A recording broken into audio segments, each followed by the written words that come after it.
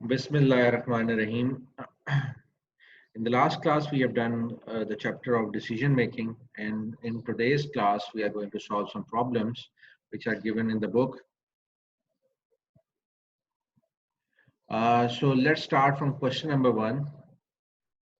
Question number one में कह रहा है कि Salman and company sells two products, retail related to these products are given below.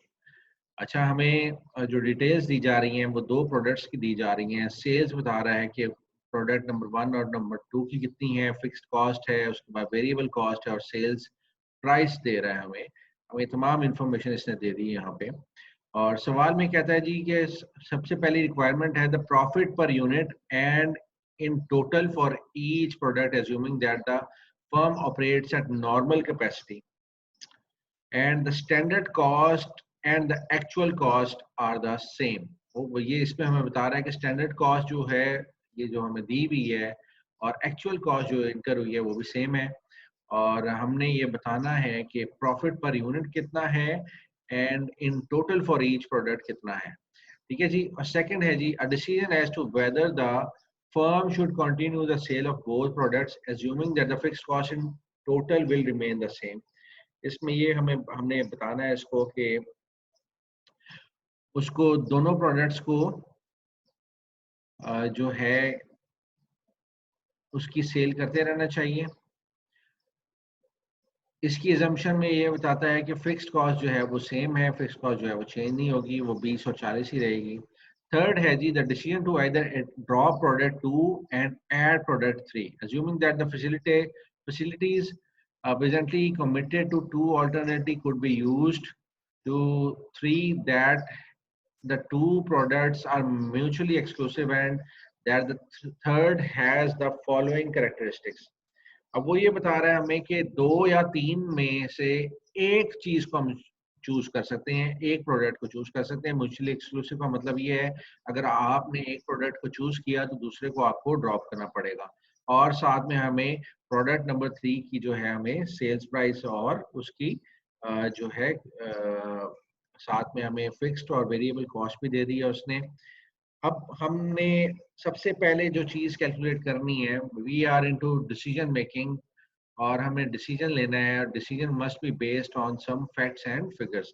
तो पार्ट 1 है इसका, हम क्वेश्चन नंबर 1 का सॉल्व करना शुरू करते हैं. क्वेश्चन नंबर 1 का पार्ट 1 क्या कहता है हमें. क्वेश्चन नंबर 1 का पार्ट 1 हमें कहता है जी के पार्ट 1 को हम देखते हैं. The profit per unit and in total for each product assuming that the firm operates at normal capacity. Profit per unit और निकालना हमने each unit के लिए निकालना है और टोटल भी निकालना है. तो हम किस तरह निकालेंगे, हम सिंपली क्या करते हैं जी प्रोडक्ट 1 लिखते हैं और साथ ही हम प्रोडक्ट 2 लिख देते हैं. इसमें मैं कर देता हूं जी पर यूनिट कैलकुलेशन और टोटल लिख देते हैं जी पर यूनिट और टोटल. अब पर यूनिट के अंदर हमें वो बताता है जी कि सेल्स कितनी है जी. सेल्स की यूनिट है जी 2 लाख. ये मैं आपको एक कैलकुलेशन के लिए बताता हूँ जी. और पर यूनिट सेल प्राइस है जी कितनी 60. और इसकी कितने पर यूनिट है जी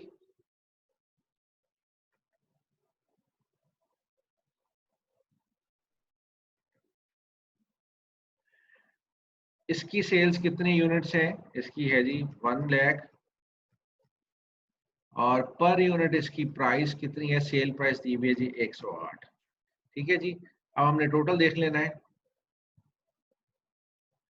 2 लाख इंटू 60 किया हमने तो हमारे पास अमाउंट आ गई इक्वल टू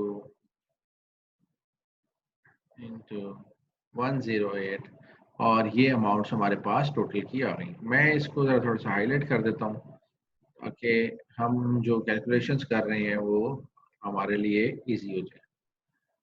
और इसको ऐसे और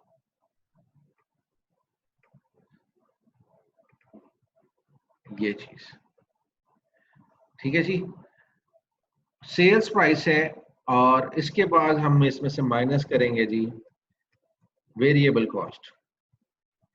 वेरिएबल कॉस्ट याद रहे कि हम मार्जिनल कॉस्टिंग से ही तमाम चीज़ें जो है वो निकालते हैं इसमें, और फिक्स्ड कॉस्ट को हम इतना ज़्यादा कंसिडर नहीं करते। हम क्या है जी, वेरिएबल कॉस्ट 200,000 मल्टीप्लाई बाय 20 करेंगे हम, तो हमारी वेरिएबल टोटल वेरिएबल कॉस्ट आ जाएगी। और यहाँ पे हमें वेरिएबल कॉस्ट जो है वो पर यूनिट 80 रुपीज़ मिलती है। तो इसके टोटल कर लेते हैं जी 1 लाख इंटू शिफ्ट इंटू करेंगे 80 is equal to this into this।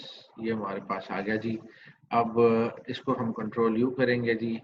हमारे पास वेरिएबल कॉस्ट माइनस करने के बाद हमारे पास अमाउंट आ गई है equal to this minus this. Amount आ गई जी, एक में 40 आ गई, एक में हमारे पास 80 लाख आ गई, और एक में 28 लाख आ गई है। ये जी अमाउंट्स हमारे पास निकल के आई हैं। इसके बाद हम क्या करेंगे, हम इसमें से लेस कर देंगे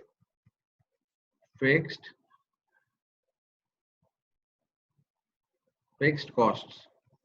ये हम पहले बहुत दफा कर चुके हैं, लेकिन जहां पे क्वेश्चन चेंज होता है वहां वो हमारा डिसीजन है। ये हम लोग पहले इसको सॉल्व कर लें, उसके बाद मैं बताता हूँ किस तरीके से करेंगे हम। तो फिक्स्ड कॉस्ट यहाँ पे 20 है, यहाँ पे हमारे पास 14 निकल के आई है। और हमने क्या करना है, सिंपली हम कंट्रोल यू करेंगे, हमारे पास नेट प्रॉफिट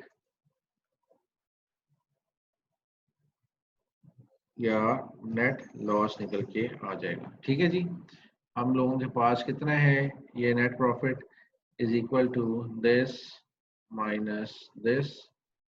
ये अमाउंट निकल के आ गई हमारे पास 20 की, और मैं इसको एज इट इज खींच लेता हूँ आगे। लेकिन सबसे पहले हमने ये देखना है कि ये टोटल कितना है। ये 22 लाख को मल्टीप्लाई करेंगे हम कितने से, 20 से। ठीक है जी, और यहाँ पे भी हम क्या करेंगे, 40 को मल्टीप्लाई करेंगे हम 1 लाख से।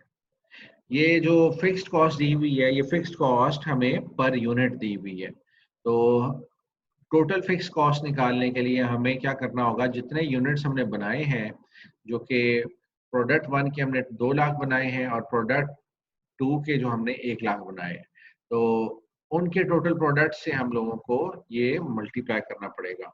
तो अब हम देख रहे हैं कि हमें एक जो यहाँ पे प्रोडक्ट 1 में कंट्रीब्यूशन मार्जिन जो निकल के आ रहा है, मार्जिन जो है निकल के आ रहा है वो हमें 40 का निकल के आ रहा है। और दूसरी जगह पे हमें प्रोडक्ट बी में हमें निकल के आ रहा है कंट्रीब्यूशन मार्जिन 28 का। कंट्रीब्यूशन मार्जिन की हद तक तो ये दोनों ठीक है, दोनों प्रॉफिट में है, लेकिन जैसे ही हम देखते हैं इसको नेट प्रॉफिट और नेट लॉस के अंदर, तो हमें नजर आता है कि प्रोडक्ट बी के अंदर जो है वो कंपनी वो लॉस में जा रही है, प्रोडक्ट ए में उसको फायदा हो रहा है। तो ये दोनों चीजें जो है हमने देख ली हैं, हमने नोट कर ली हैं, और हमने सिंपली अभी इनका कंपैरिजन करना है आगे जाके कि प्रोडक्ट ए तो हमें प्रॉफिट में दिया जा रहा है, प्रोडक्ट 2 के साथ हमने कंपेयर करना है प्रोडक्ट 3 को, लेकिन वो आगे चल के करते हैं। लेकिन सेकंड में हम देखते हैं addition as to whether the firm should continue the sale of both products assuming that the fixed cost in total will remain the same. तो इसके लिए ये है कि कंट्रीब्यूशन मार्जिन दोनों का जो है वो पॉजिटिव में है, तो आप इसको कंटिन्यू कर सकते हैं। इसका आंसर मैं ये बता रहा हूँ कि कंट्रीब्यूशन मार्जिन को हम देखेंगे, कंट्रीब्यूशन मार्जिन हमारा दोनों में पॉजिटिव है, तो हम लोग इसको कंटिन्यू कर सकते हैं प्रोडक्शन के लिए। The contribution margin margin is positive, so we can continue. ठीक है, we can continue producing these units. अब हम देखते हैं जी थर्ड की तरफ। देखें जी, जब भी आप कोई नया प्रोडक्ट लेंगे, उसकी हम कॉस्ट कैलकुलेट करते हैं, तो हम उसको जब हम कंट्रीब्यूशन मार्जिनल कॉस्टिंग के लिए हम जब मार्जिन कॉस्टिंग करते हैं, तो उसमें हम फिक्स कॉस्ट को इतना बॉदर नहीं करते।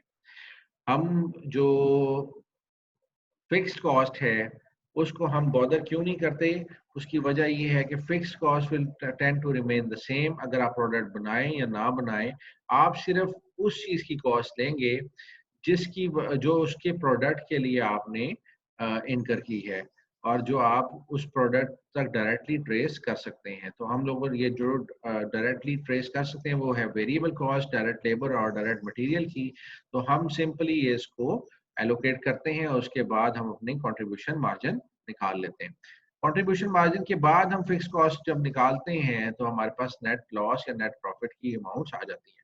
अब वो ये कहता है कि हम लोग पार्ट 3 के अंदर वो कहता है कि आप ये इसको प्रोडक्ट 2 के साथ कंपेयर कर लें प्रोडक्ट 3 को, और इन दोनों में से आपने एक प्रोडक्ट जो है उसको चूज करना है। तो आप किस तरीके से कंपेयर करेंगे? मैं पार्ट 3 का सेपरेटली बनाने के बजाय मैं यहाँ पे प्रोडक्ट 3 का चार्ट आपके सामने ही बना देता हूँ। प्रोडक्ट 3 में हमें वो कह रहा है कि जी सेल्स हो रही हैं उसकी 50,000 यूनिट्स की, और प्राइस पर यूनिट उसकी है जी, कॉस्ट पर यूनिट है उसकी, सॉरी सेल प्राइस उसकी पर यूनिट है 100 की। तो उसकी टोटल कॉस्ट कितनी हो गई जी? हम इसको मल्टीप्लाई कर देंगे जी, मल्टीप्लाई बाय 100, तो हमारे पास इसकी टोटल कॉस्ट निकल के आ गई। ठीक है जी। इसके बाद वो कहता है जी कि वेरिएबल कॉस्ट क्या है इसकी। वेरिएबल कॉस्ट हमें पर यूनिट बता रहा है जी 40, और 40 को हम मल्टीप्लाई करेंगे जी 50,000 के साथ, तो हमारे पास टोटल वेरिएबल कॉस्ट आ जाएगी। हमारे पास टोटल वेरिएबल कॉस्ट आई, हमने कंट्रोल यू किया जी, इसको हमने जब माइनस करेंगे तो हमारे पास निकल के आ रही है जो वैल्यू,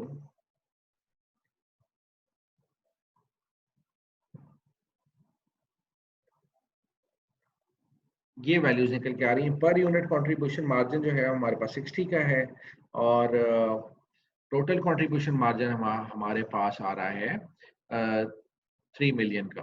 तो अब इसमें से हम फिक्स्ड कॉस्ट माइनस करते हैं। फिक्स्ड कॉस्ट इसमें हमें बता रहा है कि कितनी है जी। फिक्स्ड कॉस्ट है जी 80 की। तो 80 की फिक्स्ड कॉस्ट है, तो हमें क्लियरली नजर आ रहा है कि 80 अगर वो फिक्स्ड कॉस्ट लेता है तो ये तो प्रोडक्ट लॉस में चला जाएगा। और लॉस देख लेते हैं जी हमारे पास कितना आ रहा है। टोटल लॉस कंट्रोल यू किया तो अब इज इक्वल टू हम लोग 3 लाख में से माइनस 3 मिलियन में से माइनस करेंगे 4 मिलियन, तो हमारे पास आ गया जी 10 मिलियन, और 1 मिलियन सॉरी, और 1 मिलियन का मतलब है 20 जो है टोटल 20 का जो है हमें लॉस हो रहा है 20 रुपीज का, और प्रोडक्ट 2 में हमें 12 रुपीज का जो है वो लॉस हो रहा है। और अगर हम टोटलिटी में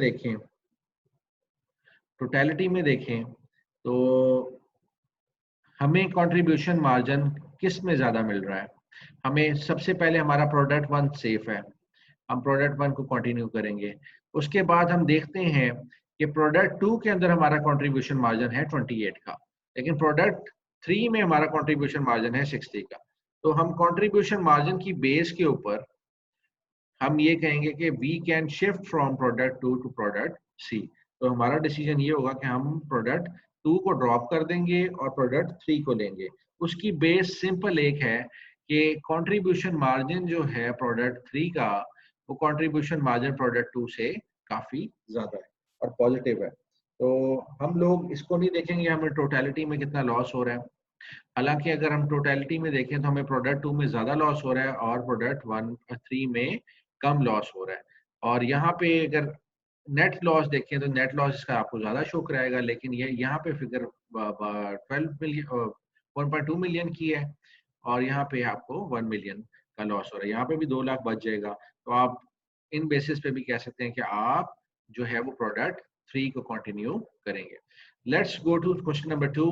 क्वेश्चन नंबर 2 क्या है? क्वेश्चन नंबर 2 में बॉसी कंपनी है which manufactures part number 1700 for the use in its assembly operation. Cost per unit for 8,000 units of part 1700 are, देखिए जी कंफ्यूज नहीं होना हमने। क्वेश्चन में हमें जो पार्ट नंबर 2 का पार्ट का नाम दे रहा है वो 1700 है। तो वो जिस तरह हमने प्रोडक्ट ए है, प्रोडक्ट उसको हम प्रोडक्ट 1700 ले लेते हैं जी। आपने इसके फिगर में नहीं ले, इसकी ये नहीं समझना कि ये कोई अमाउंट है जिसको हमने ट्रीट करना है। वो हमें उसने अपनी कॉस्ट दी है जी, cost per unit for 8,000 units of part 1700 are. ये पर यूनिट कॉस्ट दी है जी, हमें बता दिया उसने कि direct material, direct labour, factory overhead और फिक्स्ड फैक्ट्री ओवरहेड की कॉस्ट हमारे पास कितनी है। एक और कंपनी है हॉलो कंपनी, वो ऑफर कर रही है जी 8,000 यूनिट्स ऑफ पार्ट 1700 फॉर ₹27। वो कहते हैं जी आप ये पार्ट खुद बना रहे हैं, आप इस तरह करें, आप हमारे से ये जो पार्ट नंबर 1700 है ये हमारे से ले लें 27 रुपीज के हिसाब से। तो ऑफर आ गई हमें प्रोडक्ट कंपनी बी की तरफ से, कंपनी बी की तरफ से हमें ऑफर आ गई है जी कि प्रोडक्ट 17 आप ले लें 1700 एट रेट ऑफ 27। उसने तो ऑफर दे दी है जी, इसकी कॉस्ट हमें बता दी है। If bossy and company accepts some of the facilities presently used to manufacture part 1700 could be used to manufacture of part 1211, thus saving rupees 40,000 in relevant cost in its manufacture and eliminating rupees 5 per unit of the fixed factory overhead applied to part number 1700। वो ये बता रहे हैं हमें जी कि bossy and company अगर ये proposal hollow company का एक्सेप्ट कर लेती है तो होगा ये कि वो 1700 पार्ट बनाना बंद कर देगी और उसकी जगह पे वो बनाएगी पार्ट नंबर 1211। ठीक है जी। और जब वो पार्ट नंबर 1211 बनाएगी तो 40,000 जो है ना रेलेवेंट कॉस्ट उसकी कम हो जाएगी, जो कि इनकर होती थी पार्ट नंबर 1700 वो बनाने में, अब वो नहीं होगी। और इसके अलावा 5 rupees fix factory overhead rate जो है वो भी आपका कम हो जाएगा। लेकिन हम सबसे पहले क्या करते हैं कि हम लोग कॉस्ट निकालते हैं कि हमें कॉस्ट जो है 17 पार्ट नंबर 1700 की कितनी कॉस्ट आई है। ठीक है जी। और इसमें हमने डिसीजन लेना है कि we are going to make or buy this part from from hollow company. तो जब मेकिंग करते हैं तो हम देखते हैं कि हमारी कॉस्ट कितनी आती है। तो लेट्स सी कि हमारी कॉस्ट कितनी है। कॉस्ट के अंदर हमारा direct material plus direct labour और वेरिएबल फैक्ट्री ओवरहेड को हम ऐड करेंगे तो हमारी कॉस्ट आ जाएगी। कंट्रीब्यूशन मार्जिन से पहले वाली कॉस्ट जो डायरेक्ट कॉस्ट है हमारी, डायरेक्ट कॉस्ट ले लेते हैं जी हमारी प्रोडक्शन की कितनी है। Direct cost is equal to, मैं आपको बता देता हूँ जी, हमारे पास डीएम है 4.5 का, उसके बाद हमारे पास जी डायरेक्ट लेबर है 10 की, उसके बाद हमारे पास वेरिएबल फैक्ट्री ओवरहेड हैं जी, ओवरहेड्स हैं वो कितने हैं जी 4 के, और फिक्स्ड फैक्ट्री ओवरहेड। अब आपने एक चीज याद रखनी है कि फिक्स्ड फैक्ट्री ओवरहेड को बेस बना के हम डिसीजन नहीं ले रहे, हमने सिर्फ कंट्रीब्यूशन मार्जिन को बेस बना के डिसीजन लेना है। लेकिन कंट्रीब्यूशन मार्जिन को भी हम अभी देखते हैं कि उसकी अभी यहाँ पे इस्तेमाल होगा कि नहीं होगा। हम अब इसकी डायरेक्ट कॉस्ट जो है वो उसको कैलकुलेट करते हैं। हमारी डायरेक्ट कॉस्ट जो है वो पर यूनिट निकल के आती है जी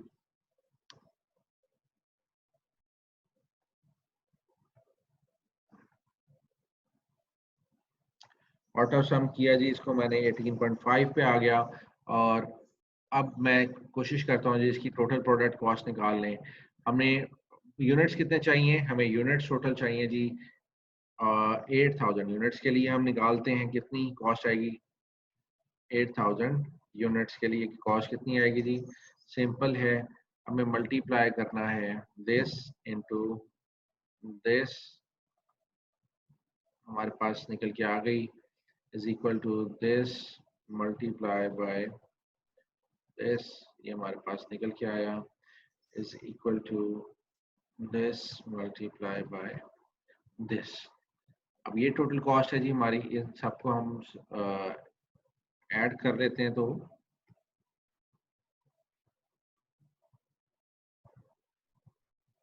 इन तीनों को ऐड किया तो मेरे पास 1,48,000 रुपए की कॉस्ट आ गई। नेट कॉस्ट भी देख ली है हमने, सॉरी पर यूनिट कॉस्ट भी देख ली हमने, और टोटल कॉस्ट भी हमने देख ली वो कितनी है। अब मैं सेकंड ऑप्शन देखता हूँ कि अल्टीमेटली मुझे जो मैं यूनिट्स खरीद रहा हूँ, अगर मैं बाहर से खरीद लेता हूँ तो मुझे उसकी कॉस्ट कितनी पड़ेगी। परचेज कॉस्ट है जी इसकी पर यूनिट की 27। अब हमें मुझे वैसे साफ हमें नजर आ रहा है कि 27 जो है 18.5 से बड़ा है, तो हमें ये डिसीजन लेना चाहिए कि नहीं लेना चाहिए। ऑब्वियसली हम सस्ता बना रहे हैं, हमें नहीं लेना चाहिए, लेकिन कुछ इंफॉर्मेशन उसने सवाल में दी है कि हमें इस चीज की बचत हो रही है। एक तो 5 रुपीज फिक्स कॉस्ट में बचत हो रही है, और एक हमें 40,000 की जो है वो बचत हो रही है ओवरऑल। तो हम देख लेते हैं उसका इम्पैक्ट क्या आएगा। प्रोडक्ट की कॉस्ट है जी 27, और हमें बचत हो रही है कितने की, मैं इसको टोटल परचेज कॉस्ट देख लेते हैं, हमें टोटल परचेज कॉस्ट कितनी है। Purchase cost is equal to 27 multiply by, हम कर देंगे जी 8000 यूनिट्स के साथ, तो मेरे पास 2,16,000 की कॉस्ट आ गई। और इसमें से मैं माइनस करूंगा जो मुझे बचत हो रही है, माइनस रेलिवेंट, माइनस कर देंगे saving of relevant cost. Relevant cost की सेविंग जो है ये मुझे कितनी हो रही है 40,000 की। और जब मैंने इनका डिफरेंस लिया तो डिफरेंस देख लेते हैं जी, ये आ गया जी 1,76,000, ठीक है। और मैं इसकी पर यूनिट कॉस्ट निकाल लेता हूँ। पर यूनिट कॉस्ट किस तरह निकलेगी, 1,76,000 डिवाइडेड बाय 27। ये गलत हो गया जी, 1,76,000 is equal to 1,76,000 divided by 8,000 करेंगे, तो इसकी कॉस्ट आ रही है जी 22। आप ये पूछेंगे कि सर वो 5 रुपीज जो फिक्स कॉस्ट के थे उसका क्या करें, तो भाई वो हम उसको नहीं देखेंगे, उसको कंसिडर हम नहीं करेंगे। हम सिर्फ जो हमें इमीडिएट रिलीफ मिलता है हम उसको देखेंगे। तो we will continue to produce this unit in house, क्योंकि उसकी कॉस्ट हमें 18.5 है, और हम लोग इसको बाहर से परचेज नहीं करेंगे। तो this is a decision we will make the product instead of buying it from outside. अच्छा जी, नेक्स्ट क्वेश्चन देखते हैं। दिस वाज क्वेश्चन नंबर 2, और बड़ी आसानी से हमने 2 सवाल कर लिए हैं। और क्वेश्चन नंबर 3 की तरफ चलते हैं। नंबर 3, क्वेश्चन नंबर 3 में हमें क्या बता रहा है जी। क्वेश्चन नंबर 3 पे बड़ा मुश्किल सा सवाल है उसने दिया हमें, जो कि हम आसानी से हल करेंगे। क्वेश्चन नंबर 3 है, national company has excess capacity of 42,000 machine hours which is expected to be absorbed by the domestic market in a few years। अच्छा जी, वो नेशनल कंपनी को चीजें बनाती है, लेकिन उसके पास अभी वाफिर मिकदार में जो है वो मशीन आर्स पड़े हैं, उसकी full production capacity totally utilize नहीं हो रही। The company has received inquiries from two companies located in another company. आपको बाहर से ऑर्डर आ रहा है, वो कहते हैं जी, एक कहती है कि एक कंपनी कहती है कि आप हमें 4 लाख प्रोडक्ट्स भेज दें प्रोडक्ट ए के, और उसकी कॉस्ट होगी कितनी जी, 4 लाख प्रोडक्ट्स आपने सेल करने हैं, और उसकी प्राइस कितनी है जी, प्रोडक्ट ए है जी, और उसकी टोटल प्राइस होगी कितने जी, 75 पर यूनिट। और सेकंड जो आपके पास ऑप्शन है, सेकंड हमारे पास जो ऑप्शन है वो क्या है जी, प्रोडक्ट बी की। Second offer to buy 5 lakh products, 5 lakh products at the rate of 82। ठीक है जी। अब वो कहता है जी कि आप इसमें से बताएं आप कौन सी ऑफर एक्सेप्ट करेंगे। Can accept only one of these offer, इन दोनों में से आप एक ऑफर एक्सेप्ट कर सकते हैं। The standard cost of these products are as follows, इसमें से स्टैंडर्ड कॉस्ट हैं वो नीचे दी गई हैं। खैर जी, अब हम देखते हैं, ये आगे पीछे थोड़े से सवाल हो गए हैं, लेकिन ये आ गया जी पार्ट इसका। तो देखते हैं जी, मटेरियल कितना है, लेबर कितनी है, फैक्ट्री ओवरहेड रेट कितना है जी, फिक्स्ड फैक्ट्री ओवरहेड कितना है। अब ये तमाम प्रोडक्ट ए और प्रोडक्ट बी के दिए हुए हैं।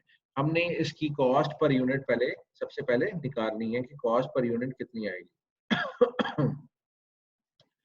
पहले हम देखते हैं जी टोटल सेल्स इसकी कितनी है, और इस खाने को मैं कर देता हूँ हाईलाइट, ताकि हम जो भी कैलकुलेशन करें वो हमें नजर आती जाए।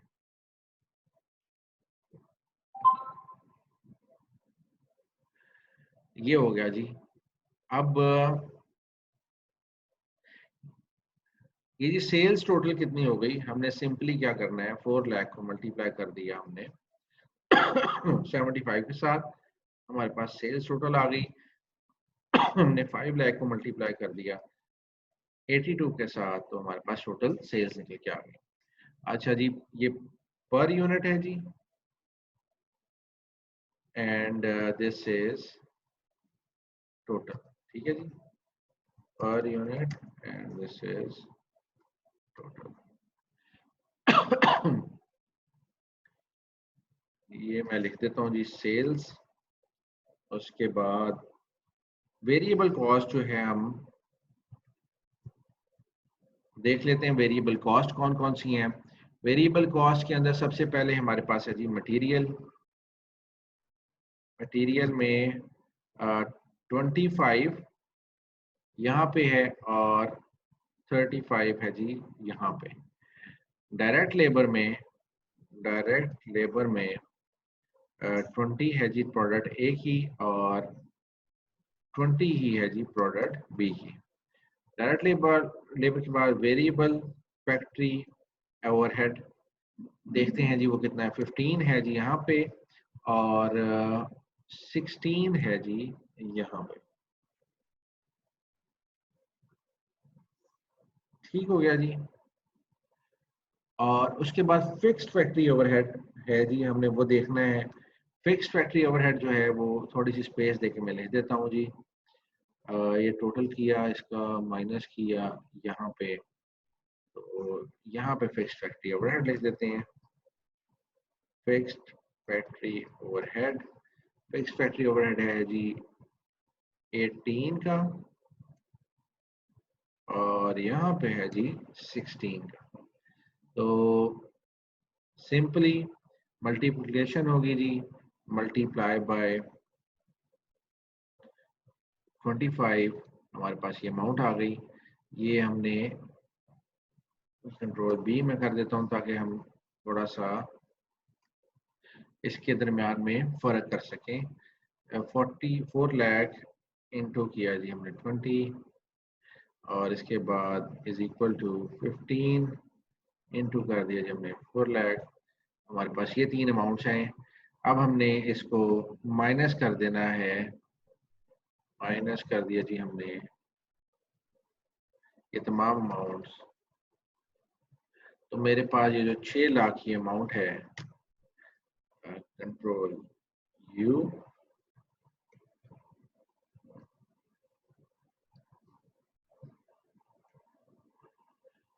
ये अमाउंट जो है वो तमाम की तमाम निकल के आ गई है मेरे पास। इसको मैं इधर भी कर देता हूँ। तो 15 रुपए का कंट्रीब्यूशन मार्जिन निकला यहाँ पे, और यहाँ पे मेरे पास इज इक्वल टू जो अमाउंट्स आ रही हैं वो कैलकुलेशन आप देखते जाएं, ये बहुत इजी कैलकुलेशंस हैं और ये आप करते भी रहे हैं। सिंपली हम पर यूनिट कॉस्ट को मल्टीप्लाई कर रहे हैं टोटल नंबर ऑफ यूनिट से, और ये अमाउंट जो है मल्टीप्लाई की हमने 50,000 के साथ, तो हमारे पास कंट्रीब्यूशन मार्जिन निकल के आ गया 55 लाख का। तो प्रोडक्ट ए और प्रोडक्ट बी के अंदर हम अगर कंपेयर करें तो फैसला हम यहाँ से भी ले सकते हैं। फैसला हम ले सकते हैं क्यों कि हमारा प्रोडक्ट ए का कंट्रीब्यूशन ज़्यादा है और टोटल प्रॉफिट भी ज़्यादा है। प्रोडक्ट बी का भी कंट्रीब्यूशन जो है वो ठीक है, लेकिन वो प्रोडक्ट ए के हिसाब से कम है, दोनों पॉजिटिव है। प्रोडक्ट ए के हिसाब से प्रोडक्ट बी का कंट्रीब्यूशन मार्जिन कम है, और इसका टोटल प्रोडक्ट और टोटल प्रॉफिट जो ग्रॉस मार्जिन है, ग्रॉस मार्जिन भी इसका कम है। तो ऑब्वियसली हमारा जो सजेशन ये है कि हम प्रोडक्ट ए को जो है वो टेक ऑन कर लें और इसको हम सेल कर दें।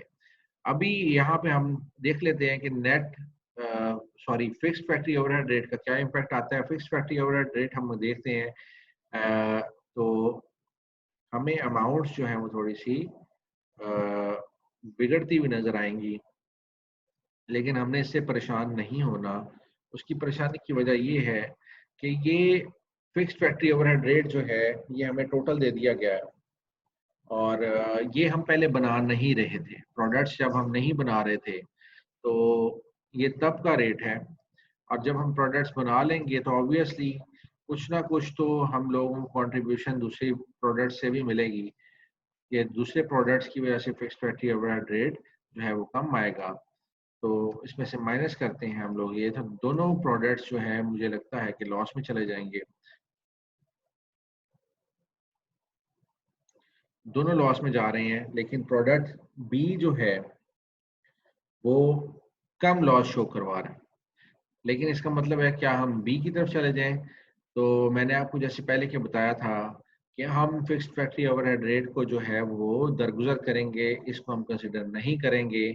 हम सिंपली कंसिडर करेंगे हमारे कंट्रीब्यूशन मार्जिन को। तो कंट्रीब्यूशन मार्जिन जो है हमें दोनों में नज़र आ रहा है कि दोनों में पॉजिटिव है, लेकिन ए प्रोडक्ट के अंदर वो बड़ा है प्रोडक्ट बी से।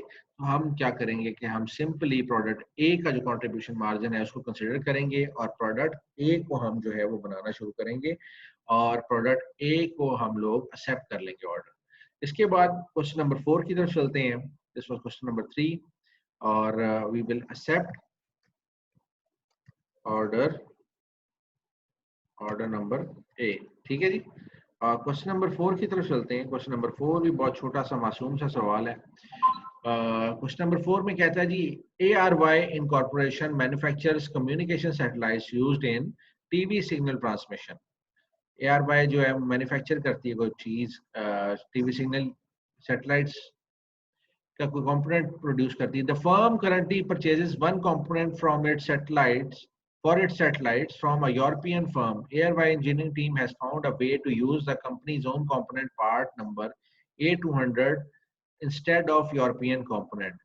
However, the ARY component must be modified at a cost of rupees 1,000 per part. The European part cost 16,900 per part. ARY part number A200 cost rupees 10,100 before it is modified.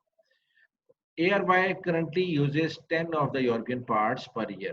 अच्छा जी, इसकी requirement क्या है? Calculate the annual differential cost between ARY's two production alternatives.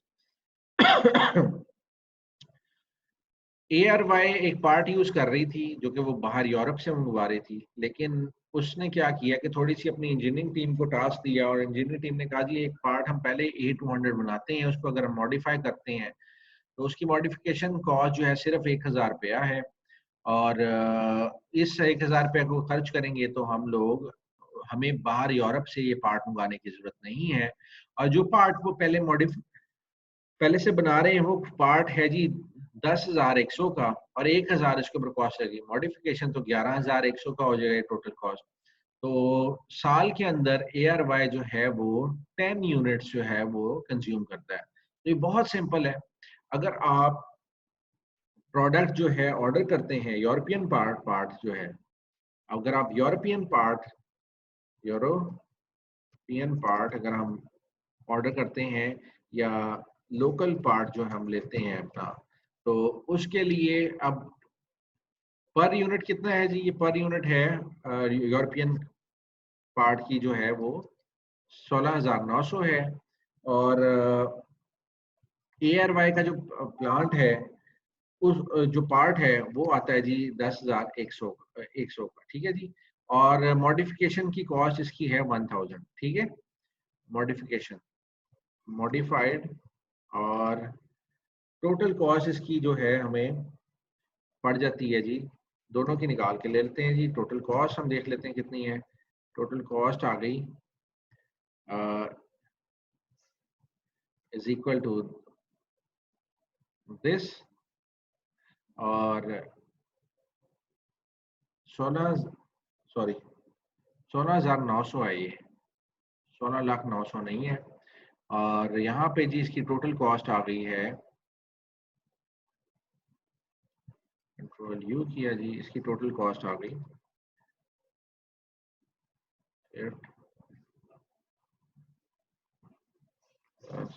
this। तो ये आ गई जी 11,100। हमें तमाम figure से नजर आ रहा है कि लोकल पार्ट बनाए तो हम फायदे में हैं, लेकिन वो उसका सवाल हमने समझना है। हमने अब टोटल पार्ट्स हमारी कंजम्पशन कितनी है? हमारी कंजम्पशन है जी 10 यूनिट्स हम साल के कंज्यूम कर रहे हैं। तो मैं सिंपली क्या कर रहा हूँ जी, 10 को मल्टीप्लाई कर रहा हूँ 16,900 से। तो मुझे अब जो टोटल जो चाहिए,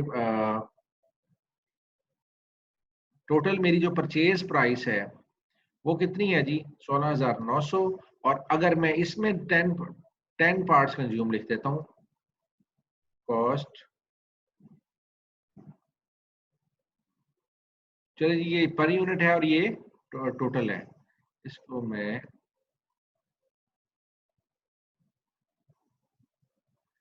इसको जी पर यूनिट और ये टोटल 10, ठीक है जी। पर यूनिट टोटल और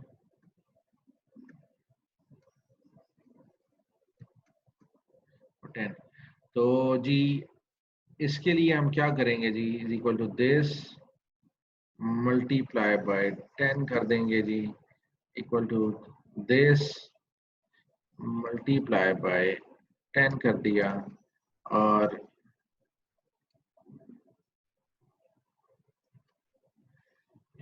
और ये जब हमने देखा जी तो is equal to this plus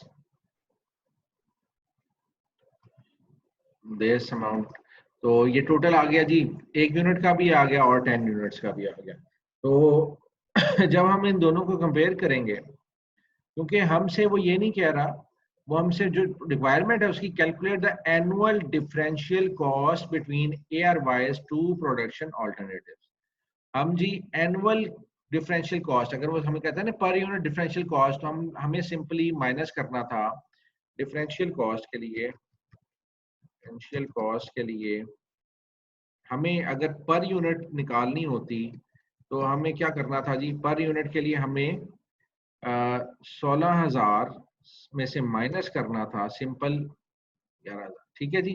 तो 5,800 पर यूनिट डिफरेंशियल कॉस्ट ही आ जाती कि दोनों कॉस्ट का आपस में डिफरेंस कितना है। लेकिन वो हमसे मांग रहे हैं एनुअल। तो हम एनुअल के लिए क्या करेंगे जी, हमने एनुअल के लिए तमाम कैलकुलेशन की हुई है, हम एनुअल में से माइनस कर देंगे। तो हमारे पास 58,000 का जो आंसर है, this is our required answer. Annual differential cost है, और हमने एनुअल डिफरेंशियल कॉस्ट अब यहाँ पे कैलकुलेट कर ली है। तो ये था जी हमारा मासूम सा क्वेश्चन नंबर 4, और एक मासूम सा क्वेश्चन नंबर 5 भी हम कर लेते हैं, और जो क्वेश्चन नंबर 5 हम करेंगे उसके बाद बाकी 3 क्वेश्चन जो हैं वो आप असाइनमेंट से करेंगे। बहुत ही आसान से सवाल हैं। ये जो मासूम सा क्वेश्चन नंबर 5 है इससे भी देख लेते हैं क्या कहता है। Doctor and company manufacture two products, product U and product D, दो प्रोडक्ट्स बना रही है। Company production process uses highly skilled labor which is short supply. The same employee works on both products and earn the same wage rate. हमें information दी है और जो extra information दे रहा है कि वो लेबर कहता है कि स्कार्स है, और लेबर का जो हम लेबर इस्तेमाल करेंगे उसको उसके हिसाब से हमने देखना है कि कंपनी प्रॉफिटेबल है या प्रॉफिटेबल नहीं है। Which of company products is more profitable. Simply क्या करेंगे हम, सिंपली हमने सेलिंग प्राइस देखिए जी, सेलिंग प्राइस ये पर प्रोडक्ट है जी 26, प्रोडक्ट यू की, product U and product D. तो प्रोडक्ट यू की हमने देखी 26 है, और प्रोडक्ट यू की हमारे पास 62 जो है वो टोटल है। और सेलिंग प्राइस के बाद सेलिंग प्राइस, इसमें हम माइनस करेंगे जी, माइनस किया हमने वेरिएबल कॉस्ट। वेरिएबल कॉस्ट क्या है जी, हम तमाम की तमाम अमाउंट्स को ऐड कर देंगे जो कि हमारी वेरिएबल एक्सपेंसेस है। इसमें डायरेक्ट मटेरियल पर यूनिट है जी 14 ऐड होगा जी। डायरेक्ट लेबर पर यूनिट है जी 2, इसको भी ऐड कर देंगे। उसके बाद वेरिएबल ओवरहेड पर यूनिट है जी 2.5, इसको भी ऐड कर दिया। और उसके बाद variable selling and admin expenses हैं, ये 1.5 और 1 है। क्या इनको हम यूनिट की कॉस्ट में डाल देंगे? मुझे बताएं जरा, डालेंगे कि नहीं डालेंगे? इसको हमें डालना चाहिए कि नहीं डालना चाहिए? 14 + 2 + 2.5 = 18.5 + 1.5। वेरिएबल कॉस्टिंग में हम डाल लेते हैं, ठीक है जी। तो ये टोटल बन जाएगी हमारे पास 20 रुपीज की कॉस्ट। और यहाँ पे हमें बन रही है जी 10 + 12 + 15 + 1 दैट इज इक्वल टू 38। तो हमारे पास हमारा कंट्रीब्यूशन मार्जिन निकल के आ जाएगा जी, कंट्रोल यू, हमारे पास कंट्रीब्यूशन मार्जिन निकल के आया है 26 - 20, ये आ गया जी कंट्रीब्यूशन मार्जिन, इसमें 6 का आया है। और यहाँ पे 62 में से माइनस करेंगे 38, तो कंट्रीब्यूशन मार्जिन यहाँ पे 24 का है। ये जो दो अमाउंट्स आई हैं, अगर तो ये हमें सवाल करता कि आपने दोनों प्रोडक्ट्स को कैरी ऑन करना है या किसी को बंद करना है, तो हम कहते हैं जी दोनों का कंट्रीब्यूशन मार्जिन जो है वो पॉजिटिव है और दोनों को हम लेके चलेंगे, दोनों के ऊपर हम काम करेंगे। लेकिन यहाँ पे सवाल ही टोटली डिफरेंट है, कह रहा है which of company product is more profitable. लेकिन इससे पहले जो उसने हमें इंफॉर्मेशन दी है वो क्या इंफॉर्मेशन दी है कि company production uses highly skilled labour, कि आपकी प्रोडक्शन के लिए हाईली स्किल्ड लेबर इस्तेमाल होती है, विच इज शॉर्ट सप्लाई, जो कि बहुत कम है। The same employees work on both products and earn the same wage rate. एक ही एम्प्लॉय दोनों पे काम करता है और सेम रेट उसको मिलता है। तो यहाँ पे देखें कि प्रोडक्ट यू के अंदर 2 रुपीज जो है वो एज लेबर के इस्तेमाल हुए हैं, लेकिन यहाँ पे लेबर बहुत ज्यादा इस्तेमाल हुई है, यहाँ पे 12 रुपए लेबर का खर्चा आ रहा है। तो हम क्या करेंगे, सिंपली हम निकालेंगे एक नई चीज, ठीक है जी। हम उसको कहते हैं जी कंट्रीब्यूशन मार्जिन पर लेबर आर, ठीक है जी। कंट्रीब्यूशन मार्जिन पर डायरेक्ट लेबर कर देते हैं जी। उसके लिए हमें क्या करना पड़ेगा, उसे हमें 6 से को डिवाइड करेंगे हम 2 से, क्योंकि यहाँ पे 2 रुपीज इस्तेमाल हो रहे हैं, तो हमारे पास आ गया यहाँ पे 3। और ये इस सिनेरियो के अंदर यहाँ पे 24 को डिवाइड करेंगे हम 12 के साथ, क्योंकि यहाँ पे आ रहा है 12 रुपए इस्तेमाल हो रहे हैं। तो हमें कंट्रीब्यूशन मार्जिन किस में ज्यादा मिल रहा है लेबर आर की तरफ से। हमें लेबर की तरफ से कंट्रीब्यूशन मार्जिन जो है वो प्रोडक्ट यू में मिल रहा है। हम रेकमेंड करेंगे जी product U contribution margin is great और more than प्रोडक्ट डी। तो अगर हमें पूछे कि आपका कौन सा प्रॉफिटेबल प्रोडक्ट है लेबर की हिसाब से, तो हम ये कहेंगे कि हमारा प्रोडक्ट यू जो है वो ज़्यादा फायदेमंद है क्योंकि उसमें कम लेबर इस्तेमाल होती है और प्रोडक्ट डी में ज़्यादा लेबर इस्तेमाल होती है। तो ये थे जी 5 क्वेश्चन और 3 क्वेश्चंस जो है वो आपने घर से करके लाने हैं और मैं अब आपकी अटेंडेंस लेता हूँ और दिस इज द एंड और आज का लेक्चर जो है यहाँ पे एंड होता है और इसके अलावा अगर कोई सवालात हैं तो वो आप मुझसे कर सकते हैं।